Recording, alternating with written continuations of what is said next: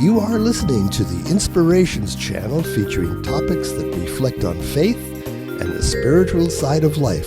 Brought to you by God's Word Collectible Sculptures at godsword.net. Give God's Word as a gift. Collect God's Word in your heart.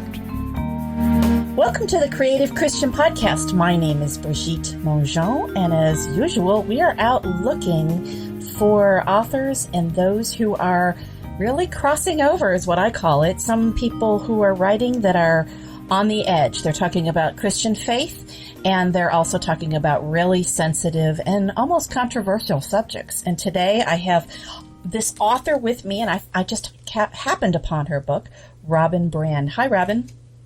Hi, Bridgette. Thank you for having me. And Robin, the book that I got, I know that you have lots of other books, but the book that I got was Evolution, Me, and Other Freaks of Nature. And I was just really impressed with the book. And how long ago did you write this? I wrote it in 2006, and it was published in 2007. Well, first I have to ask you, I did a little lurking and trying to find out a little bit more about you. You're actually a Sunday school teacher. I was. I was at the time that I wrote this. I ended up giving that up right after it came out, just because my schedule got completely crazy after that. But yeah, I had taught Sunday school for about 6 years up until then. And the reason why I say that this book kind of crosses over is it talks about two very sensitive subjects. And do you want to fill us in on what those subjects are? Well, the main thing, as you can see from the title, is evolution. And the story revolves around the fight over teaching evolution in a high school. The main character is a girl named Mina, and she has grown up in a fundamentalist church. And right before the book begins, which is right at the start of her freshman year in high school, she has been kicked out of her church for reasons that become clear as the novel goes on. And so she has come from a very biblical background and is prepared to continue down that route, and ends up starting a biology class with a very vibrant, inspirational science teacher who ends up basically having Mina get a crush on science midway through the book. And so the book is about Mina's struggle to reconcile those two parts of her life. Can I still believe in God? Can I believe in what I've been taught about the Bible? And can I also believe in science? And so that is her journey. You know, it seems kind of silly, but I have found this division. And I always thought that perhaps it was with older people in the church that like science is evil. Mm-hmm. But you know, I guess it's a little bit more out there than just the older generation, isn't it? It is. And I grew up in a church like Mina's, and so that was something that I had to confront, although much later in life I wasn't nearly as smart and curious when I was in high school. Although I, too, got kicked out of church right before high school, but for very mundane reasons. But I do find that there are people that I've talked to still today when I go out and do school visits, for example. I've had some wonderful conversations with kids from all sorts of different faiths or no faith. I had a great conversation with a group that included a Muslim kid, a Baptist, a Catholic, an atheist, a Jewish kid, you know, just all of these different religions represented. And it was great to have just a nice philosophical discussion of, do we believe in God? Does God exist? How do we think the world began? Do we believe in science's interpretation of how the world began? Do we only believe in the Bible? And there was a girl in that crowd who was very staunch in not wanting to look beyond the words of Genesis, which I really understand, because that was me too. And so you're actually going around and talking to kids about this. Right, I did. I've done many different school visits all around the country, including one in the community that had a really highly publicized fight over teaching evolution in that school in Dover, Pennsylvania. And that school actually invited me to come speak. And the senior class was the freshman class when that whole controversy went on. So it was fun for me to go and meet some of the kids who'd been through that whole thing and to hear from their perspective what it was like to come to school every day, have to pass through the gauntlet of TV reporters the whole CNN group, just everything. So it was really fun and interesting to hear from their perspective what that had been like. Do you think that those kids that, similar to some of the kids in your book who turn their chairs around or turn their backs on this conversation, are just doing it because they want a cause, or is there something really deeper than that? It's hard to speak for what they believe about that. I can only tell you what I would have believed at the time. I was very into my religion, especially in junior high, but also in high school. And I was always very afraid of asking questions and of maybe disbelieving things I'd learned. I felt like I would be struck down. I felt like there were always eyes on me watching, not my parents, but God, and that if I even questioned in my heart whether maybe things in the Bible were symbolic or maybe even had been changed through translation. I don't know. I'm a kid. I don't really know how these things work. And so for me, it was a real moral decision that I refused to look at any of those things because I felt that would be sinful and that I would somehow be punished. So I have no idea what the other kids feel like, if they really believe it in their hearts, if they are doing it because their parents embedded that in them. I just don't know where they're coming from. That's hard. That's a hard one. Or maybe they just feel, I'm very interested in what they feel about and what they think about this, but maybe they just feel that they're somehow, going against their best friend or their, Jesus, and they're just somehow going against them if they question any of this. And sure. And and that's a very strong motivation, but unfortunately, it keeps us also secluded. We aren't exploring what else is out there. And so there is this division between science and faith. And I think one of the things that I like so much about your book, let me see if I can figure out how to say this without giving anything away, and that is that the separation of church and state is a really important element in the book. And even though all the people seem to struggle with it, you really pulled that together. And you had mentioned that you had talked to, or you thanked Dr. Kenneth R. Miller, who wrote Finding Darwin's God. Tell me a little bit about that. That book was really wonderful and influential for me when I was starting to do the research for that. And before I get to that, let me go back a little bit to what you said about the separation of church and state. Even at my most fervent and didactic about this in the past, I thought then, and I still believe very firmly, that it's important to keep the separation of church and state. And here's why I especially feel that way now. There are so many pressures on kids to fit in, to not stand out, people want, it's a herd mentality. We just want to fit in. We don't want someone to pick us out off of the edge of the herd. And anything that draws attention to your difference. So, for example, the controversies over prayer in school. And so maybe one child has been told by his or her parents, don't do that, that's not proper. And so they're the child sitting down without their hand on their heart. And that draws attention to them, and they become an outcast for that. They might be facing anger from their fellow students. And it's just unnecessary. Those sorts of things are best handled in the home. That's a very personal choice, how you feel about God, how you feel about your religion. And bringing it into the school is just asking for trouble for the kids. It's not, the parents often have their agendas about what they want their children to do, but life at the kid level is very complicated. I think a lot of adults don't really understand what the day-to-day war zone feels like when you're in junior high and when you're in high school. You're going in there and you're trying to do your best to survive and make it out another day. And some kids are much more skilled at it than others. But anything you can do to make it a little more smooth for that child, I am all for. I've seen it from the inside and from the outside, and I have a lot of sympathy with kids just wanting to keep a low profile. As far as Dr. Miller, love Dr. Miller. He is a very well-known biology professor at Brown University. He's been the science advisor for NOVA for many years, and he co-authored the standard biology textbook that is used in schools throughout the U.S. So he and, I forgot what the name of his co-author, but they, by the the standard textbook. He wrote a book several years ago called, as you said, Finding Darwin's God, and the subtitle is A Scientist's Search for Common Ground Between God and Evolution. Dr. Miller is a staunch Catholic. He believes in God, has no question about the faith faith side of his life. And yet he's a very well-known biology professor, and he finds no conflict there. And he has been surprised by the people who do find a conflict. For him, and I modeled the teacher Ms. Shepherd after him in a lot of respects, Ms. Shepherd in the book.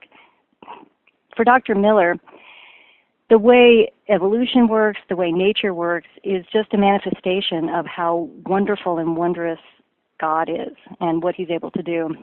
And so it's not a conflict. It's just a way of exploring all the nuances of how was this universe created, how was the world created. And in his mind, it's a way of honoring God to say, I'm really curious about what you've done and about how everything works. This is my way of showing respect and love to you, is that I'm not just taking it at face value and saying, oh, yeah, that's all pretty cool. I want to know every little nuance of it because, wow, how wonderful. I'm impressed. I love it. I appreciate it.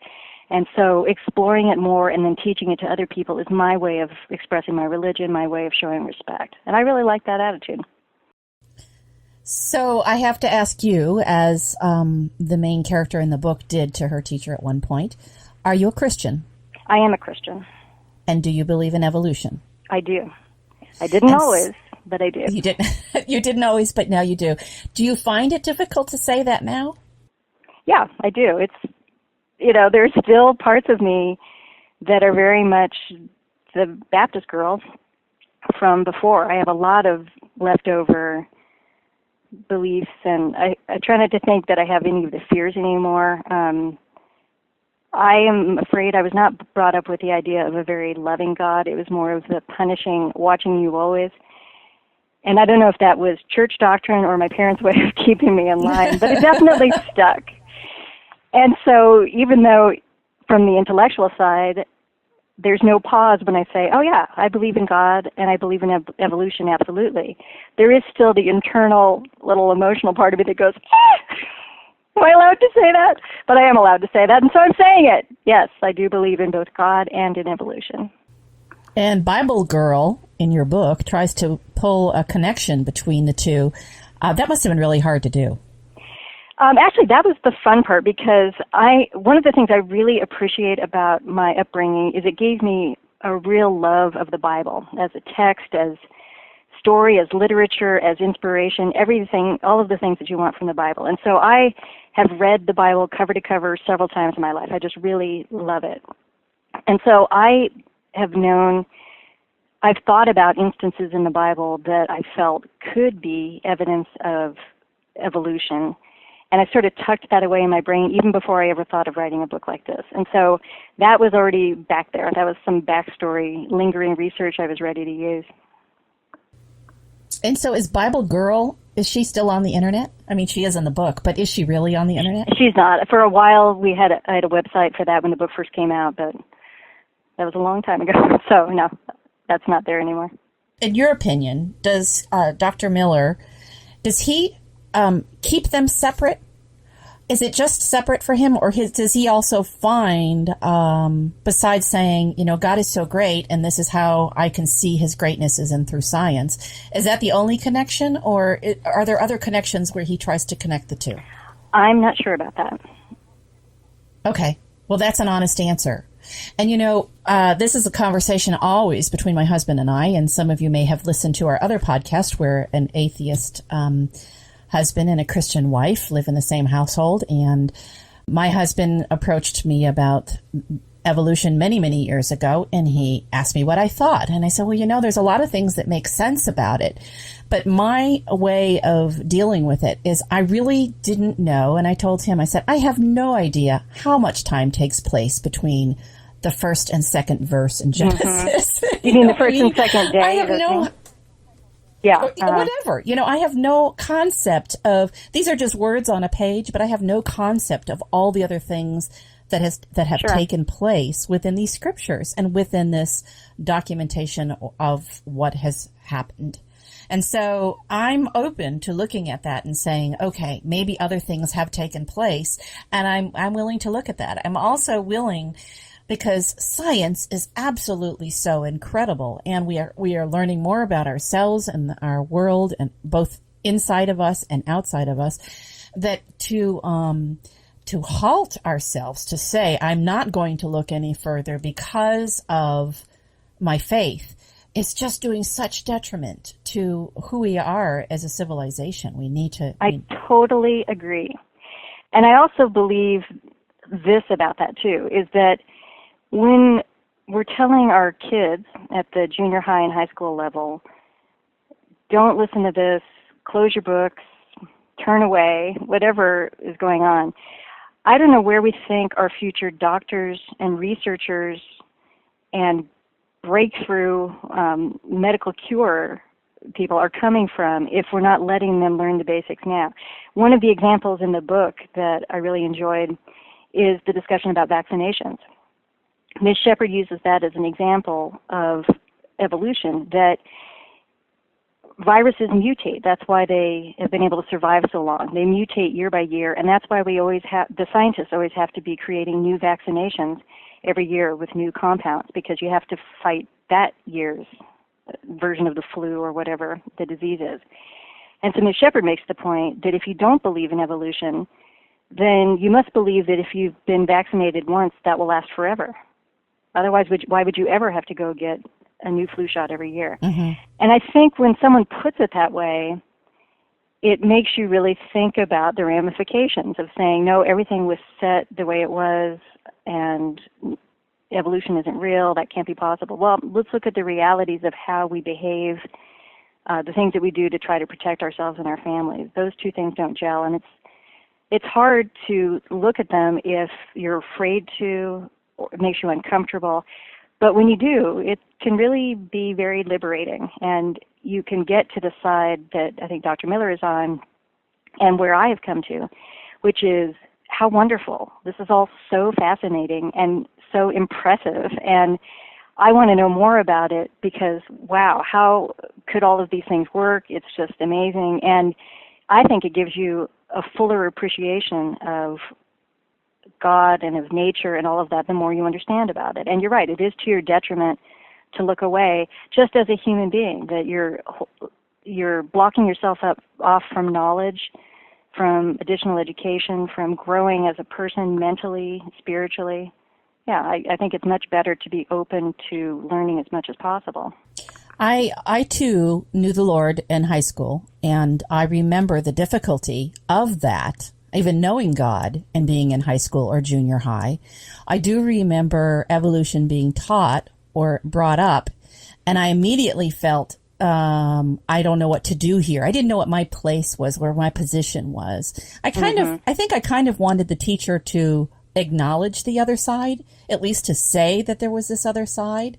I think it also, at that moment, it kind of teed me off that I was going to be graded on something that, you know. Oh, it always comes down to the grade, doesn't it? It does, because I was going to be graded on something I wasn't really sure that I understood or believed, you know. Yeah. And, that was a long time ago. It's been a long time since I was at junior high. But I think that the point is that if you use obstinance to come against something, instead of curiosity, if we don't, pull and poke through things and look at things, we set up barriers around ourselves and each other. And I'm just to the point where I'm seeing so many barriers in this world that are getting harder and harder. And unfortunately, and I'm really sorry to say this, and I may lose some listeners, but I think that some of those barriers are put up because of religion and faith. And I want to see more acceptance. I want to see more love. I want to see more curiosity. I want to see a dialogue happen between two. And I'm not talking about a badgering dialogue.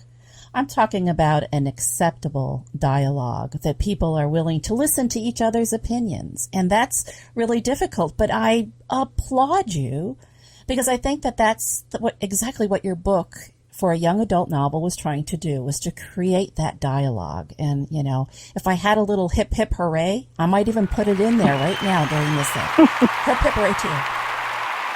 Well, and I'm glad and thank you. I appreciate all the nice things you're saying about the book. But I'm glad that you see it from that perspective, because that is exactly what it was. I didn't want to teach people, try to force someone to change their opinion to what I might think. I tried to provide both sides of this particular argument and let people just be informed and to start a discussion. And that's what is so interesting when I go do school visits, is I love the discussion, because a lot of times this is a topic that kids as a group aren't really confronted with or comfortable talking about.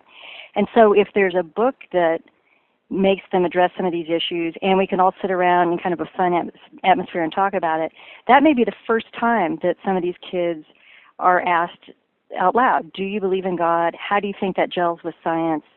And it's just a fun, interesting conversation, because young people, teenagers, have their own opinions. They have their own thoughts.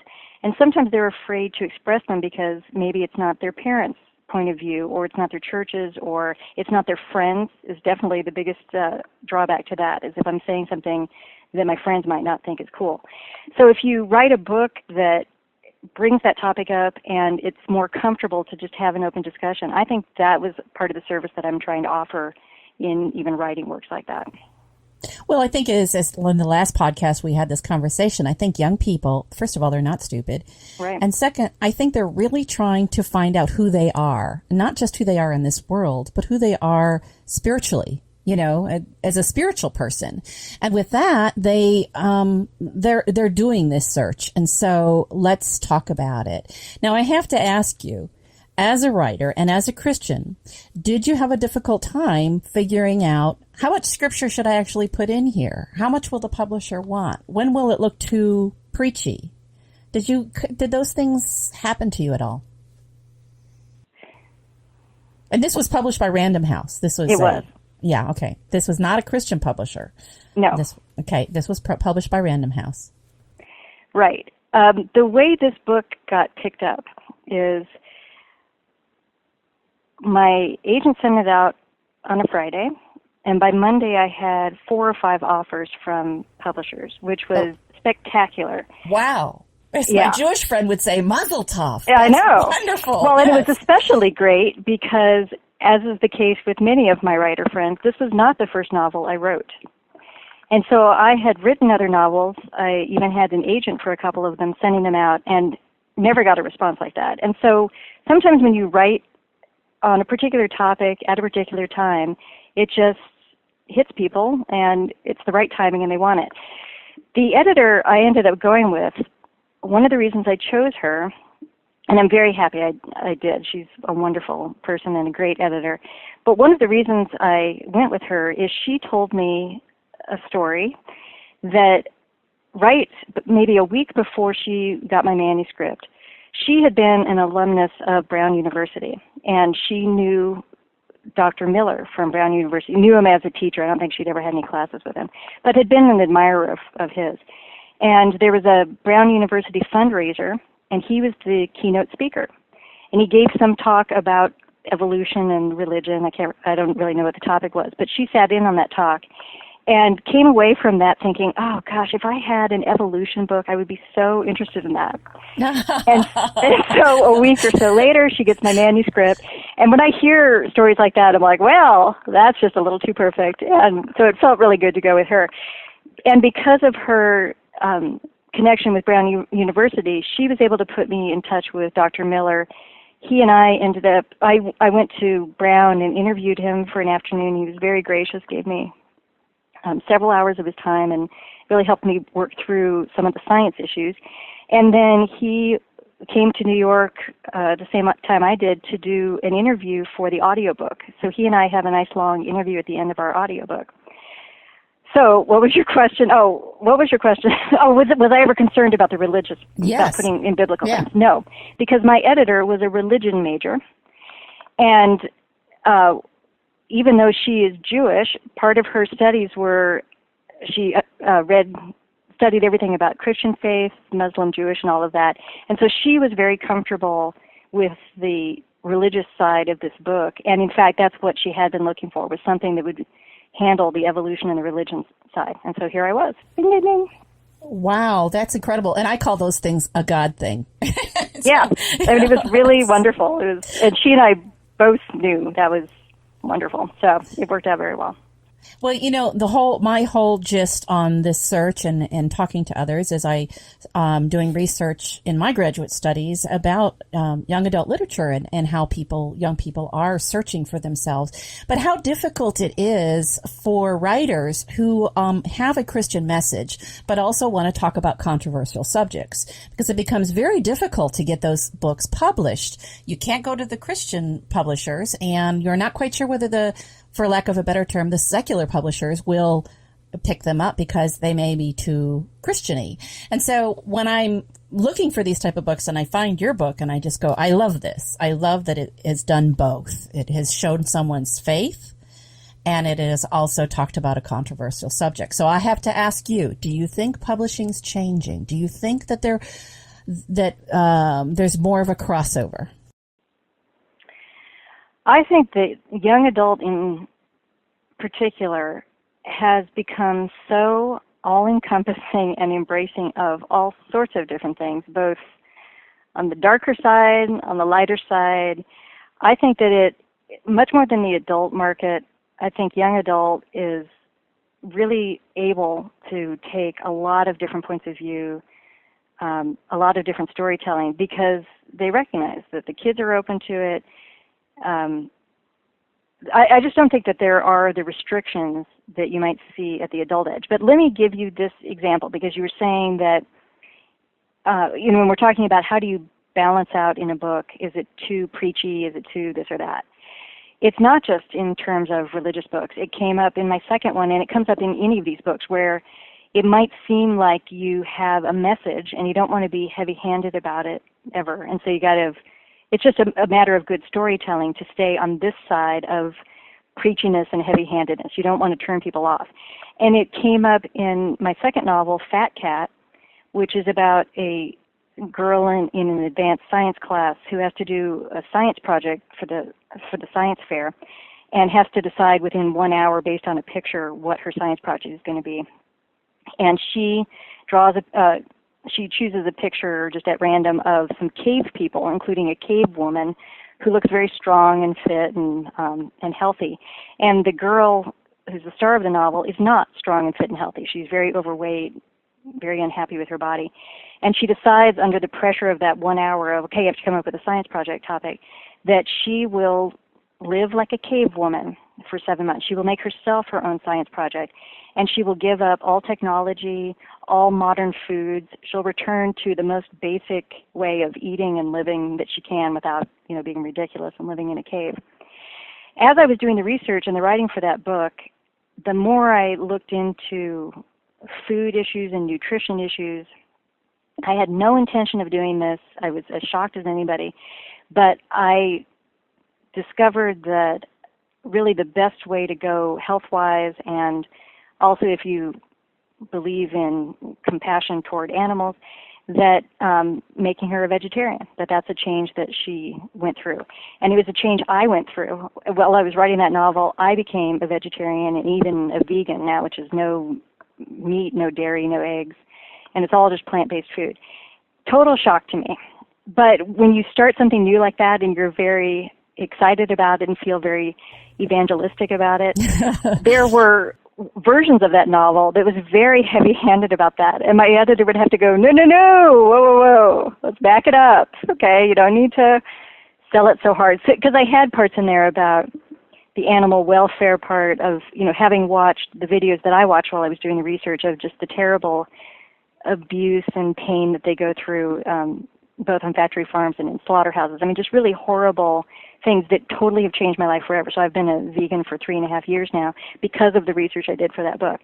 But it's very easy when you believe something to put that in the mouths of your characters and to really try to hammer the issue home. It's not just with religion, it's whatever you believe very fervently.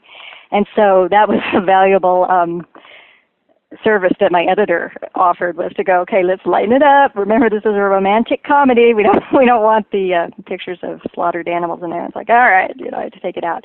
So that's my point. It's not just religion. It's all things in young adult in particular where the author is trying way too hard to get a particular message across. Nobody wants that as a reader. We want good stories. We don't want things shoved down our throats. And so a little bit goes a long way.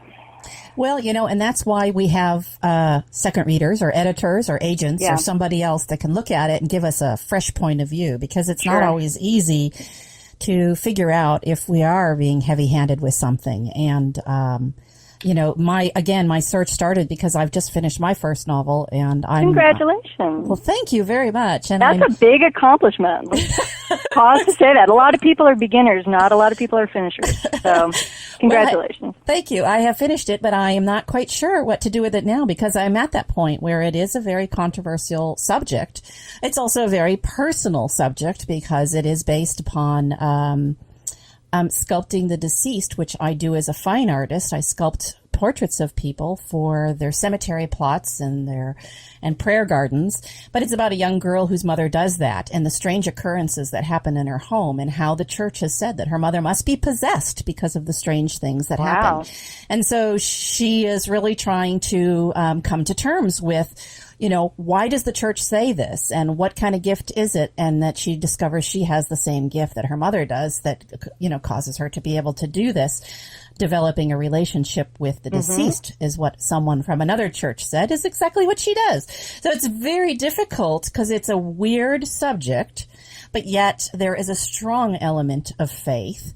And my character herself has that problem because she's wondering, when she starts to really look at things and she realizes, how many people were killed in the name of God throughout history, that it becomes very difficult. And you don't want to, for lack of a better word, you don't want to throw the baby out with the bathwater. You don't want to say, I'm not going to believe in God anymore because of these things that I'm seeing and I'm finding in the past that have happened. Those were people and this is God, and they're two totally different things. And so I think that's what's happening with your book. You're talking about those are what people are doing, and because that church, and being kicked out of that church, and I'm sure there are some people who can identify with this that have been asked to leave or felt uncomfortable or just passive-aggressively asked to leave a church. And the church can be extremely badgering and hurtful. Sure, because those are people. God is God. And, but we're people, and we're petty. We are sometimes mean. We're also nice and forgiving. So, but there is a distinction. And you're right. Some people in those circumstances take it all the way. Well, I'm not going to believe in God anymore. Forget it. And there's a lot of middle ground between saying, I don't believe in that church anymore, or those people in that church, and saying, no, I'm going to give up God altogether. So your second book, is it published? It is. Oh, yay. That came out in 2009. Terrific. Are you working on another one? I am. I had just had a new one come out last month called Dog Girl, about a high school freshman who is an expert with dogs, but very inexpert at dealing with people. And it's about her trying to make her way through high school, or at least through the first year in high school, using some of her dog training techniques to adapt to humans. And also has the opportunity to use a skill that she has, that her real ambition is to become a dog trainer for the movies. And she sees an announcement that the drama department is looking for a dog trainer who will also provide their own dog. And so she gets involved with the drama department using the dogs that she has secretly been training for years, and finally gets to let people see what she's able to do. So it's a very sweet story, and that just came out. And then the one that I have coming out next month is the first in a trilogy involving quantum physics and string theory and parallel universes. Oh my word! So how are That's you? That's been a little intense. I'm thinking this is a young adult novel. It is, yeah. Okay, now you've got me intrigued. We're going to have you come back after that one. Can you tell us a little bit about it? Sure. That one, I am a late blooming science geek, and in fact, I can really say it began with writing evolution. I was an English major. I was a lawyer. My life prior to this has all been about words and literature. But I, through the process of writing evolution, really started paying much, much more attention to science in general, and reading a lot of it for pleasure now, which is kind of odd. And so when my friends hear now, okay, I got to get off the phone and go read some physics, they understand that, but that's how I am now. And so I've been fascinated by the whole quantum physics story that's out there right now, and especially parallel universes. So I have written a trilogy that involves a girl who's a real science genius in high school who is able to do what no physicist has been able to do yet, and that is to discover the way to bridge the gap over to the next parallel universe over. And she discovers a version of herself over there who is very different from how she is over here. And so it's a little bit of, seeing another version of yourself and thinking, wow, I could be like that. Maybe I want to be like that. What changes would I have to make in my life to become more like this very fearless, adventurous person? And by the same token, the girl over there is missing some things in her life that our girl here has, like the sense of family, friendships. And so it's a little bit of longing from both of them, of thinking, wow, what might have been, and what maybe could be if I started making changes now. And so there's adventure and romance and science and comedy. That's kind of what I've decided my niche is that I am really interested in science. I love a good romance. I love some comedy, and it's fun to be able to meld all of those in book after book. I feel like that's something that I would want to read as a teenager, and it's fun for me to give that to kids today, to teenagers today. I think it also encourages the young people to search out what you're saying, and encourages them to, it might even make a scientist out of some young person. Yeah. We have that in common as well, because my main character in my book, Caroline, is, she has found the science behind the strange occurrences that happen in her home. And very cool. Yeah, that is really cool. And that was actually part of my undergrad research on this whole topic. So I was real thrilled to put that in there. And I think we have a little camaraderie going here with this science and thing. That's great. So did I catch somewhere on the internet that there was a screenplay maybe written on this evolution book? Right. It was optioned for film by the woman who won the Academy Award for co-writing Brokeback Mountain with Larry McMurtry. Wow. And so she approached me about optioning the book. It's been under option for a little while now. I try not to pester people, so I know she's written a draft of it, but I know how little I enjoy having someone breathe down my neck and go, okay, you finished yet? You finished? So I don't know what's happening, and it's fine. That's cool. I don't know what will come of that. Yeah, how exciting. I was really excited. Yeah. That is very She's exciting. I really enjoy knowing her in general. Her name's Diana Osana. Very strong woman, very smart. So it's fun just to meet people like that. And that's one of the things I've enjoyed about publishing in general is it's a very isolated job that we do, sitting in our offices just writing books. But the collaboration when you venture out and you're dealing with other people who are very creative in their own particular field. So cover artists, screenwriters, movie directors, all of that. It's just really fun to meet other creative people and to be open to what they bring to it. Because, I don't know, teamwork is fun when you've been in your room for a little bit too long, months and months and months. So. Yeah, just finishing the novel. I'm not at that point yet. And this is my first novel. I've published nonfiction. So this was a real different ball game for me. But as someone said, when you're trying to sculpt someone who's deceased, you're trying to find out that personality of that person and gather that into the clay. It's similar to what you do when you're writing a novel. You're creating these characters, although these characters are totally, they're fictitious. No, they're not. Yeah. What are you talking about? No, and especially if I have kind of a method acting version of all of my books, and so I try to put myself, not too crazily, but I try to put myself in the position of all of those characters. And so that's why I did that 7-month experiment along with my character in Fat Cat of giving up all processed foods, all modern foods. I even gave up coffee, which is completely ridiculous if you would know me. I gave up sugar. I mean, the things we do for our work. And so, yeah, in a way you're there by yourself, but it's also feeling free to talk out loud and do the dialogue of all your friends. When I am writing the male character in my books, I will admit that even as a grown woman, I develop a huge crush on teenage boys that I'm writing because I need my girl in the book to, so I try to create them in a way that I would have fallen in love with them. And so, yeah, I got a little crush on them. So are you saying they're not real? No. Got to rethink that. Oh, well.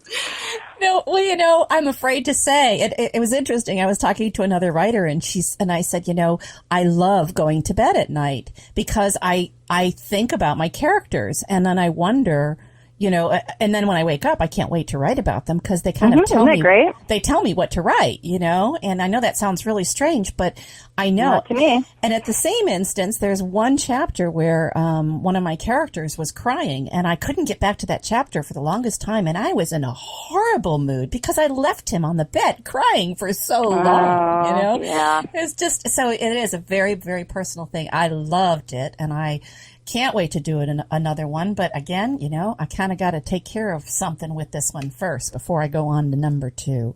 So, but going on to number 2 is critical because it's the people like me with my first novel that I just kept sending it out and revising it for 8 years. Oh, my word. And I would get it rejected and be like, all right, well, then I just need to fix this and that, and never could get off of that one book. And I went to a writing workshop at the end of this 8 years where the teachers were explaining that in some years they write 6 novels, sometimes even 10. And I had never heard of such a thing before. I didn't know it was physically possible or mentally possible. I just had never heard that before.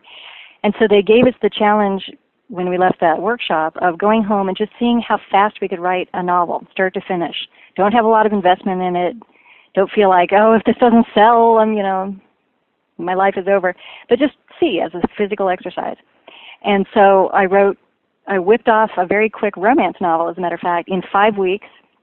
And it just felt great to do it that fast and to not sit there and slave and torture myself over rewriting the first 3 chapters a million times, getting caught up in that whirlpool of rewriting. Right. It takes all the joy out of the work. And so going on to the second novel, I'm glad that you say that because it's not obvious to everybody. They think, okay, I've got this one novel now and I'm going to spend however long it takes. Well, you do that and you also get on to the next work because that's what a writer is. You have more than one story in you. You just got to keep sending them out. And it may be like me that it's not until your 6th novel that a publisher picks it up, but then that also makes it possible to go back and scoop up some of the other ones in the past. So you never know which one will be the one people really grab hold of, and no work is ever wasted. Every time you write a book, you get better at writing books. So the more you write, better. And I'm a real proponent of the National Novel Writing Month, which comes up in November. That's fantastic. NaNoWriMo, and we did a podcast on that last November, and I encourage everyone to do it. I'm just trying to figure out, because I'm in my last year of graduate school, and how I can possibly do NaNoWriMo and write my thesis at the same time. Well, but that's what summer is for. You don't have to wait for November. That's what July Remo is for. You're the boss of you. You don't have to wait for everybody. Come on. Well, I figure I might get a jump start on the thesis and then still do NaNoWriMo in November. Okay. Or December. But my point is that, I really enjoyed writing the novel so much that I'm making a commitment to do one a year. So great. It may be a middle grade. So? And a short middle grade, but I'm going to try to do one a year. So there you go. A short middle grade is a book, and a book that people need to read. So good. And okay, you've heard it here. So here's my accountability to all of our listeners. Dun, dun, dun. I hope that you'll come back. It was a pleasure talking with you. This has been very fun. And you do not ask softball questions. I can tell you that there have been several that my heart goes, so it's fine. I said, yeah, you're not asking me wimpy little questions. You're making me actually answer questions about how I feel about things. Well, that's good. That's good. I'm glad you liked it. And we can look forward to your next books. And where do we find all the information about you? At www.robinbrande.com. And Brand is Brande. And Robin is spelled like the bird. And as always, we'll put a link on the blog, which you can find at the godsword.net website. And just go to the blog post, and we'll put all sorts of information about the books and about Robin, so that you can lurk and find out all about her. Thank you so much, Robin. Well, thank you for having me, Bridgette. This has been a lot of fun. I appreciate it. You are listening to the Inspirations channel, featuring topics that reflect on faith and the spiritual side of life. Brought to you by God's Word Collectible Sculptures at godsword.net. Give God's Word as a gift.